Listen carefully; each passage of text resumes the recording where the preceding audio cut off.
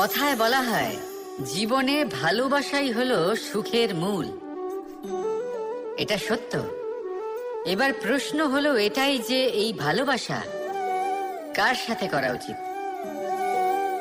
যদি আপনি কিছুক্ষণের জন্য সুখ পেতে চান তাহলে ভালোবাসুন নিজের রুচি মতো। যদি আপনি কিছুদিনের জন্য সুখ পেতে চান ভালোবাসুন নিজের বন্ধুদের।